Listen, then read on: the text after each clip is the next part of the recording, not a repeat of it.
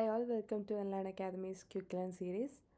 നമ്മൾ ഇന്നത്തെ ക്വസ്റ്റ്യൻ സീരീസിൽ ഇന്നത്തെ ടോപ്പിക് എന്ന് പറയുന്നത് എക്കോളജിയാണ്. എക്കോളജിയിൽ നിന്നുള്ളൊരു ക്വസ്റ്റ്യനാണ് നമ്മൾ ഇന്ന് ആൻസർ ചെയ്യാൻ പോകുന്നത്. നമുക്ക് ഡയറക്റ്റായിട്ട് ക്വസ്റ്റ്യനിലേക്ക് കടക്കാം.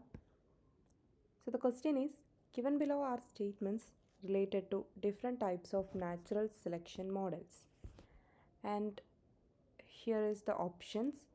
Option A, directional selection changes the average value of a trait. Option B, the stabilizing selection increases variation in a trait. Option D, disruptive selection reduces variation in a trait. And option D, balancing selection maintains variation in a trait. ഇതിനകത്ത് നിന്ന് select the correct options that represents the combinations of statements that are not true about natural selection. ഇതിനകത്ത് option ഫസ്റ്റത്തെ option എന്ന് പറയുന്നത് A and B ആണ്. രണ്ടാമത്തെ option B and C, മൂന്നാമത്തത് C and D, നാലാമത്തത് എ ആൻഡ് സി. 4 ഓപ്ഷൻസും തന്നിട്ടുണ്ട്. അപ്പോൾ നമുക്ക് എന്താണ് selections, directional, stabilising, disruptive, balancing എന്നൊക്കെ പറഞ്ഞിട്ട് സെലക്ഷൻസ് ഉണ്ട്. ഇതെല്ലാം നാച്ചുറൽ സെലക്ഷൻ്റെ 4 മെത്തേഡ്സ് ആണ്. അല്ലെങ്കിൽ നാച്ചുറൽ സെലക്ഷൻ ഓപ്പറേറ്റ് ചെയ്യുന്നത് ഈ 4 മെക്കാനിസം വഴിയാണ്. Okay, it can follow one of 4 different pathways. At its simplest, natural selection will tend to lead to an increase in the frequency of allele that confers the highest fitness in a given environment. ഒരു particular എൻവയോൺമെൻറ്റിൽ ഏതെങ്കിലും ഒരു അലീൽ എന്താണ് highest fitness, fitness എന്നത് ഉദ്ദേശിക്കുന്നത് reproductive fitness ആണ്. അതായത് ആ ഓർഗാനിസത്തിന് survive ചെയ്യാനും റീപ്രൊഡ്യൂസ് ചെയ്യാനും പറ്റി എന്നുണ്ടെങ്കിൽ ആ ഓർഗാനിസം അല്ലെങ്കിൽ ആ ഓർഗാനിസത്തിൻ്റെ ആ ഒരു ഫിറ്റ്നസ്സിന് കോൺട്രിബ്യൂട്ട് ചെയ്ത അലീൽ അതെന്താവും, അതിൻ്റെ ഫ്രീക്വൻസി ഇൻക്രീസ് ചെയ്യും. അല്ലെങ്കിൽ അത് ത്രൂ നാച്ചുറൽ സെലക്ഷനാണ് നടക്കുന്നത്. അങ്ങനെ തന്നെ ആവണമെന്നില്ല. നേച്ചർ സെലക്ഷൻ നടക്കുന്നത് ആ ഒരു ഫ്രീക്വൻ്റ് ആയിട്ട് വരുന്നത് അല്ലെങ്കിൽ അതിൻ്റെ ഫ്രീക്വൻസി ഇൻക്രീസ് ചെയ്യിക്കുന്നത് മാത്രമല്ല, ചില കേസസിൽ it will act to maintain the number of alleles in a population. Especially relative fitness of different alleles changes on a spatial or temporal scale. ഇപ്പോൾ ചില കേസിൽ ഒരു പോപ്പുലേഷനകത്ത് ഒരു അലീൽ ഇൻക്രീസ് ചെയ്യും, പക്ഷേ അതിൻ്റെ ഫിറ്റ്നസ് കുറയും. അപ്പോൾ അടുത്ത അലീൽ ഇൻക്രീസ് ചെയ്യും, വീണ്ടും അതിൻ്റെ ഫിറ്റ്നസ് കുറഞ്ഞ് പഴയ അലീൽ ഇൻക്രീസ് ചെയ്യും. അങ്ങനെ ഒരു ഓൾട്ടർനേറ്റീവ് ആയിട്ടും പോവാം. അല്ലാതെ ഒരു അലീൽ മാത്രം സെലക്ട് ചെയ്ത് ഫിക്സഡ് ആവണമെന്നില്ല. Okay, so the 4 different patterns of natural selection: directional, stabilizing, balancing and disruptive. Okay, അതിൽ ഫസ്റ്റത്തെ ടോപ്പിക്കാണ് directional selection. And it always favours the phenotypes at one extreme. അതായത് ഒരു ടൈപ്പ് ഓഫ് ഫീനോടൈപ്പിനെ, നമുക്ക് ഫീനോടൈപ്സ് ജനറലി 2 ടൈപ്പാണ് നമ്മൾ പറയുക. ഒരെണ്ണം ഡോമിനൻ്റ്, ഒരെണ്ണം റെസസീവും. അതിൻ്റെ ഇടയിൽ വരുന്ന ഷെയ്ഡ്സും ഗ്രേഡ്സും എല്ലാം ഉണ്ട്. ബട്ട് ജനറലി പറയുമ്പോൾ അങ്ങനെയുള്ള 2 ഫിനോടൈപ്സിൽ അതിലേതെങ്കിലും ഒരെണ്ണത്തിനായിരിക്കും നേച്ചർ സെലക്ട് ചെയ്യുക. നമ്മൾ ഇൻഡസ്ട്രിയൽ റെവല്യൂഷനകത്ത് വൈറ്റ് മോത്തും അതുപോലെ തന്നെ ബ്ലാക്ക് മോത്തും ഉണ്ടായിരുന്നു, ഗ്രേ മോത്ത്. അതിൽ വൈറ്റ് മോത്തായിരുന്നു റെവല്യൂഷന് മുന്നേ ഉണ്ടായിരുന്നത്. അവർ ഒളിച്ചിരുന്നത്, പ്രെഡേറ്ററിൽ നിന്ന് രക്ഷപ്പെട്ടിരുന്നത് വൈറ്റ് കളേർഡ് ആയിട്ടുള്ള മരത്തിൻ്റെ ട്രീ ട്രങ്ക്സിലുള്ള ആൽഗൽ ഫംഗൽ അസോസിയേഷൻ ആയിട്ടുള്ള മൈക്കോറൈസ. ഓക്കെ, അതിലായിരുന്നു. അത് കഴിഞ്ഞ് ഇൻഡസ്ട്രിയൽ റെവല്യൂഷൻ കഴിഞ്ഞപ്പോൾ പൊല്യൂഷൻ കാരണം ഈ ഒരു റീജിയൻ ബ്ലാക്ക് കളേർഡായി. അങ്ങനെ വൈറ്റ് കളേർഡ് ആയിട്ടുള്ള മോത്ത് രക്ഷപ്പെട്ടിരുന്ന ആ ഒരു കണ്ടീഷൻ മാറി. അവരെ പ്രെഡേറ്റർ കൂടുതലായിട്ട് പിടിക്കാൻ തുടങ്ങി. ആൻഡ് ആ ടൈമിൽ ബ്ലാക്ക് കളർ മോത്തിനെയാണ് പ്രെഡേറ്റർ ഒഴിവാക്കിയിരുന്നത്. കാരണം ബ്ലാക്ക് കളറായിട്ടുള്ള ആ ഒരു റീജിയനിൽ ട്രീ ട്രങ്കിൽ ബ്ലാക്ക് കളർ മോത്തിനെ പ്രെഡേറ്റർ കാണില്ല.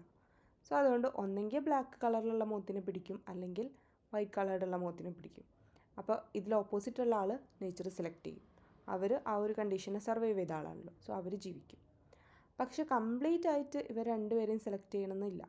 ഓക്കെ, ബ്ലാക്ക് മോത്ത് മാത്രമേ അവിടെ ജീവിച്ചിരുന്നുള്ളൂ, വൈറ്റ് മോത്ത് മാത്രമേ അവിടെ ഉണ്ടായിരുന്നുള്ളൂ എന്ന് നമുക്ക് പറയാൻ പറ്റില്ല. സോ ഡയറക്ഷണൽ സെലക്ഷൻ ഓപ്പറേറ്റ് ചെയ്യുന്നത് ഏതെങ്കിലും ഒരു എക്സ്ട്രീമുള്ള ഫീനോടൈപ്പിനെ ആയിരിക്കും സെലക്ട് ചെയ്യുന്നത്. The directional selection favors individuals at one extreme of a phenotype distribution that have greater reproductive success in a particular environment. One way that the directional selection may arise is that a new allele may be introduced into a population by mutation, and the new allele may confer a higher fitness in individuals that carry it. If the homozygote carrying the favored allele has the highest fitness value, the directional selection may cause this favored allele to eventually become predominant in the population. ഹോമോസൈഗോട്ട് ആണ് അവർക്ക് fitness കാണിക്കുന്നതെന്നുണ്ടെങ്കിൽ അത് പിന്നീട് predominant ആയിട്ട് മാറുകയാണ് ചെയ്യുന്നത്. Okay, നമ്മളിതിൻ്റെ graph നോക്കുകയാണെന്നുണ്ടെങ്കിൽ ഇതിൽ നമുക്ക് ഗ്രാഫ് കാണാം. നമ്പർ ഓഫ് ഇൻഡിവിജ്വൽസിൻ്റെ ഇൻക്രീസ്. ഓക്കെ, അത് പോപ്പുലേഷൻ സ്റ്റാർട്ട് ചെയ്യുന്ന ടൈമിലാണ്. പിന്നീട് നാച്ചുറൽ സെലക്ഷൻ കഴിഞ്ഞ് കഴിഞ്ഞാൽ ചിലപ്പോൾ ഓപ്പോസിറ്റുള്ള കളറായിരിക്കും സെലക്ട് ചെയ്യുക. മേ ബി ഈ ലൈറ്റ് കളർ തന്നെ സെലക്ട് ചെയ്യണമെന്നും അതും ചാൻസ് ഉണ്ട്. പക്ഷെ ഇവിടെ നോക്കുകയാണെങ്കിൽ നമ്പർ ഓഫ് ഇൻഡിവിജ്വൽസ് ഏറ്റവും കൂടുതലുണ്ടാവുക ഏതെങ്കിലും ഒരു എക്സ്ട്രീമിലായിരിക്കും. ലൈറ്റ് കളർഡ് ആയിട്ടുള്ള എക്സ്ട്രീം അല്ലെങ്കിൽ ഡാർക്ക് കളർഡ് ആയിട്ടുള്ള എക്സ്ട്രീം. ഇതിനകത്ത് രണ്ടിൻ്റെയും നടുവിൽ വരുന്ന ഈ ഒരു ഇൻ്റർമീഡിയറ്റ് റീജിയൻ ഉണ്ടല്ലോ, ഈ റീജിയനിൽ എന്തില്ല, നമ്പർ ഓഫ് ഇൻഡിവിജ്വൽസ് കുറവാണ്. ദെൻ രണ്ടാമത്തേതാണ് stabilising selection, and it favours the intermediate phenotypes. Intermediate ഫിനോടൈപ്സിനെ ഫേവർ ചെയ്യുന്നതാണ് സ്റ്റെബിലൈസിങ് സെലക്ഷൻ.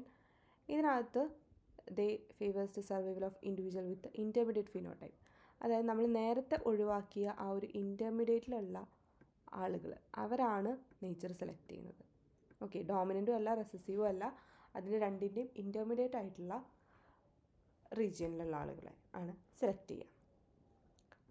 ഓക്കെ, ഇവിടെ നമ്മൾ നോക്കുകയാണെങ്കിൽ ഇതിനകത്ത് എക്സാമ്പിളായിട്ട് പറഞ്ഞിരിക്കുന്നത് നമ്പർ ഓഫ് എഗ്സ്, അതായത് ഒരു കുരുവിയുടെ പടമുണ്ട്. ഓക്കെ, ആ കുരുവിടുന്ന മുട്ടകളുടെ എണ്ണമാണ് കൊടുത്തിരിക്കുന്ന ക്യാരക്ടർ. നമ്പർ ഓഫ് നെസ്റ്റ് എന്ന് ഉദ്ദേശിക്കുന്നത് എത്രമാത്രം നെസ്റ്റ് സെലക്ട് ആവുന്നുണ്ടെന്ന്. ഓക്കെ, നെസ്റ്റിലാണല്ലോ എഗ്ഗ് ലേ ചെയ്യുന്നത്, അതാണ് ഉദ്ദേശിക്കുന്നത്. സോ ഇവിടെ നമ്പർ ഓഫ് എഗ്സ് എന്ന് പറയുന്നത് മെനി ഉണ്ട്, അതേപോലെ തന്നെ ഫ്യൂ ഉണ്ട്. പക്ഷെ ഒരിക്കലും നേച്ചർ ഇതിൽ ഫ്യൂ ആയിട്ടുള്ള നമ്പറുള്ള എഗ്സിനെയും സെലക്ട് ചെയ്യുന്നില്ല, നെസ്റ്റിനെയും സെലക്ട് ചെയ്യുന്നില്ല, മെനി എഗ്സ് ഉള്ള നെസ്റ്റിനെയും സെലക്ട് ചെയ്യുന്നില്ല. പകരം നമ്പർ ഓഫ് എഗ്സ് ഒരു ഇൻ്റർമീഡിയറ്റ് ആയിട്ട്, അതായത് 100 മുട്ടയുള്ള കൂടിനെയും സെലക്ട് ചെയ്യില്ല, 5 മുട്ടയുള്ള കൂടിനെയും സെലക്ട് ചെയ്യില്ല. പകരം ഒരു 10, 20, 30 ആ ഒരു റേഞ്ചിലുള്ള മുട്ടകളുള്ള കൂടിനെയാണ് സെലക്ട് ചെയ്യുക. കാരണം എന്താണെന്ന് വെച്ച് കഴിഞ്ഞാൽ കുറച്ച് മുട്ടയേ ഉള്ളൂന്നുണ്ടെങ്കിൽ പ്രിഡേറ്റർ വന്ന് അത് തട്ടിപ്പൊട്ടിച്ച് കളഞ്ഞു കഴിഞ്ഞാൽ തീർന്നു. ആ ഒരു ഓർഗാനിസത്തിന് പിന്നീട് ഒരു ജനറേഷൻ ഉണ്ടാവില്ല, ചാൻസ് കുറവാണ്. ഇനി കുറേ എഗ്ഗ് ഉണ്ടെങ്കിൽ ആ എഗ്ഗെല്ലാം വിരിഞ്ഞ് അതിൽ നിന്നുണ്ടാകുന്ന കുഞ്ഞുങ്ങൾക്കെല്ലാം ഫുഡ് കൊടുക്കാൻ പറ്റിയില്ലെങ്കിൽ അവിടെ ഉള്ള ആളുകളും എന്താവും, ആ കുഞ്ഞുങ്ങളും മരിച്ചു പോകും. സോ അവിടെ ഇവരുടെ റീപ്രൊഡക്റ്റീവ് എനർജി വേസ്റ്റ് ആവുകയാണ് ചെയ്യുന്നത്. സോ ഇത് രണ്ടും നേച്ചർ ഫേവർ ചെയ്യില്ല, അതുകൊണ്ടാണ് ഇൻ്റർമീഡിയറ്റ് ആയിട്ടുള്ളത് സെലക്ട് ആക്കുന്നത്. And the extreme values of A trait R selected against. An example of stabilizing selection involves the clutch size, the number of eggs laid in animals. Okay. ഇനി അടുത്തതാണ് balancing selection. Balancing selection promotes genetic diversity. ഇതിൽ നോക്കുകയാണെന്നുണ്ടെങ്കിൽ ഇവിടെ ഇവർ genetic ഡൈവേഴ്സിറ്റിനെ കൂട്ടാൻ വേണ്ടിയിട്ട് intermediate ആയിട്ടുള്ള characters തന്നെയാണ് സെലക്ട് ചെയ്യുന്നത്. ബട്ട് അത് രണ്ട് അലീൽസിന് ഇൻ്റർമീഡിയറ്റ് ആയിട്ടുള്ള ഫീനോടൈപ്പ് എന്ന് നമുക്ക് പറയാൻ പറ്റില്ല. പകരം രണ്ട് അലീൽസിനെയും ഒരു ബാലൻസിൽ കൊണ്ടുപോകുക. ഒരു അലീലിൻ്റെ എമൗണ്ട് ഫ്രീക്വൻസി കൂടിക്കഴിഞ്ഞ് കഴിഞ്ഞാൽ മറ്റേ അലീലിൻ്റെ ഫ്രീക്വൻസിയും അതേപോലെ കൂട്ടാൻ നോക്കും. അപ്പോൾ ഈ അലീലിൻ്റെ ഫ്രീക്വൻസി കുറയും, അപ്പം മറ്റേ അലീലിൻ്റെ അങ്ങനെ ഒന്ന് കൂടിയും കുറഞ്ഞും ഇങ്ങനെ നിൽക്കുന്ന ആ ഒരു process. Okay, and therefore R maintained in A populations over course of many generations. And the balancing selection does not favor one particular allele in the population, and the population genetics have identified two common pathways along which balancing selection can occur. Okay, രണ്ട് common pathways ഉണ്ട്. അതിലൊന്നാണ് ഹെറ്ററോസൈഗോട്ട് അഡ്വാൻറ്റേജും പിന്നൊന്ന് frequency dependent selection.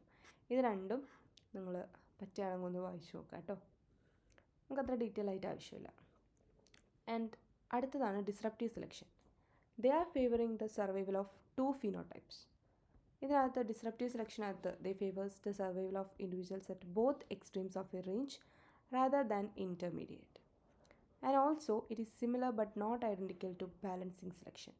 Similar ആണ് പക്ഷേ identical അല്ല. കാരണം എന്താ വെച്ച് കഴിഞ്ഞാൽ അവിടെ ഫീനോടൈപ്പ് അല്ല സെലക്ട് ചെയ്തത്, ജസ്റ്റ് അലീൽസിനെയാണ് സെലക്ട് ചെയ്തത്. ഇവിടെ ഫീനോടൈപ്പാണ് സെലക്ട് ചെയ്യുന്നത്. മാത്രമല്ല രണ്ട് എക്സ്ട്രീം വാല്യൂസിനെയും സെലക്ട് ചെയ്യുന്നുണ്ട്. ഗ്രാഫ് നോക്കുകയാണെങ്കിൽ ഇതാണ് സെലക്ഷന് മുന്നുള്ളത്. സെലക്ഷൻ കഴിയുമ്പോൾ രണ്ട് റീജിയനിൽ, അതായത് ഇതാണ് ഇൻ്റർമീഡിയറ്റ് ആയിട്ടുള്ള റീജിയൻ, അവിടെയുള്ള ആ ക്യാരക്ടറുള്ള ഓർഗാനിസത്തിനെ ഒന്നും സെലക്ട് ചെയ്യുന്നില്ല, പകരം രണ്ട് എക്സ്ട്രീമിറ്റീസ്, കൂടുതലുള്ളതും അതുപോലെ തന്നെ കുറവുള്ളതുമായിട്ടുള്ള രണ്ട് ഓർഗാനിസംസിനെ, അല്ലെങ്കിൽ അവരുടെ രണ്ട് ഫിനോടൈപ്പാണ് ഇവർ സെലക്ട് ചെയ്യുന്നത്. It is similar but not identical to balancing selection, where the individuals of average trait values are favored against those of some extreme trait values. And ഇവിടെ നമ്മൾ നോക്കുകയാണെന്നുണ്ടെങ്കിൽ the fitness values of one genotype are higher in one environment. ഒരു എൻവയോൺമെൻറ്റിൽ അവരുടെ value കൂടുതലായിരിക്കും, fitness value. വേറൊരു എൻവയോൺമെൻറ്റിൽ വേറെ fitness value ആയിരിക്കും കൂടുതൽ. സോ അതനുസരിച്ചിട്ടാണ് രണ്ടും സെലക്ട് ആവുന്നത്. സോ ഇവിടെ ഒരു എക്സാമ്പിൾ കൊടുത്തിരിക്കുന്ന ഒരു grass, normal wild type colonial Ben grass എന്ന് പറഞ്ഞിട്ടൊരു ഗ്രാസ്, പേരൊക്കെ കൊടുത്തിട്ടുണ്ട്. അത് അവർ ഒരു കോറയുടെ അടുത്താണ് കൂടുതലായിട്ട് കാണുന്നത്. സോ ആ കോറയുടെ അടുത്ത്, കോപ്പർ മൈൻ ചെയ്യുന്ന കോറയാണ്, സോ അവിടെ കാണുന്ന ആ മെറ്റലിൽ അവർ റെസിസ്റ്റൻ്റാണ്. അവിടെ കാണുന്ന പ്ലാന്റ് എല്ലാം റെസിസ്റ്റൻ്റാണ് കോപ്പറിന്. പക്ഷേ അതിന് തൊട്ടടുത്ത് ഈ കോറി ഇല്ലാത്ത റീജിയനിൽ കാണുന്ന ഇതേ സെയിം പ്ലാന്റ് മെറ്റലിന് റെസിസ്റ്റൻ്റ് അല്ല. സോ അതുകൊണ്ട് നേച്ചർ രണ്ടുപേരെയും സെലക്ട് ചെയ്തിട്ടുണ്ട്. അപ്പോൾ അവർക്ക് രണ്ടുപേർക്കും അപ്പുറത്തപ്പുറത്തുള്ള ആ ഒരു റീജിയനിൽ പോയി വളരാൻ പറ്റില്ല. അതായത് കോറിയുടെ അടുത്തുള്ള ആ പ്ലാന്റുകൾ റെസിസ്റ്റൻ്റ് ആണ്, അവർക്ക് ഒരിക്കലും നോൺ കണ്ടാമിനേറ്റഡ് ആയിട്ടുള്ള സോയിലിൽ വളരാൻ പറ്റില്ല. അങ്ങനെ ഓപ്പോസിറ്റ് തന്നെയാണ് മറ്റേതും വരുന്നത്. സോ ഇതാണ് നമ്മളുടെ 4 ടൈപ്പ് ഓഫ് സെലക്ഷൻ. ഇനി നമുക്ക് തന്നിരിക്കുന്ന സ്റ്റേറ്റ്മെൻറ്റ് എന്താ? Directional selection changes the average value of A trait ആണോ? ഇതിൽ ചോദിച്ചിരിക്കുന്നത്, ക്വസ്റ്റ്യൻ ശ്രദ്ധിക്കണം, നോട്ട് ട്രൂ ആണ്. ശരിക്കും ആവറേജ് വാല്യൂ ഓഫ് ട്രേറ്റിനെ ആര്? ഡയറക്ഷണൽ സെലക്ഷൻ ചേഞ്ച് ആക്കുന്നുണ്ട്. ഓക്കെ.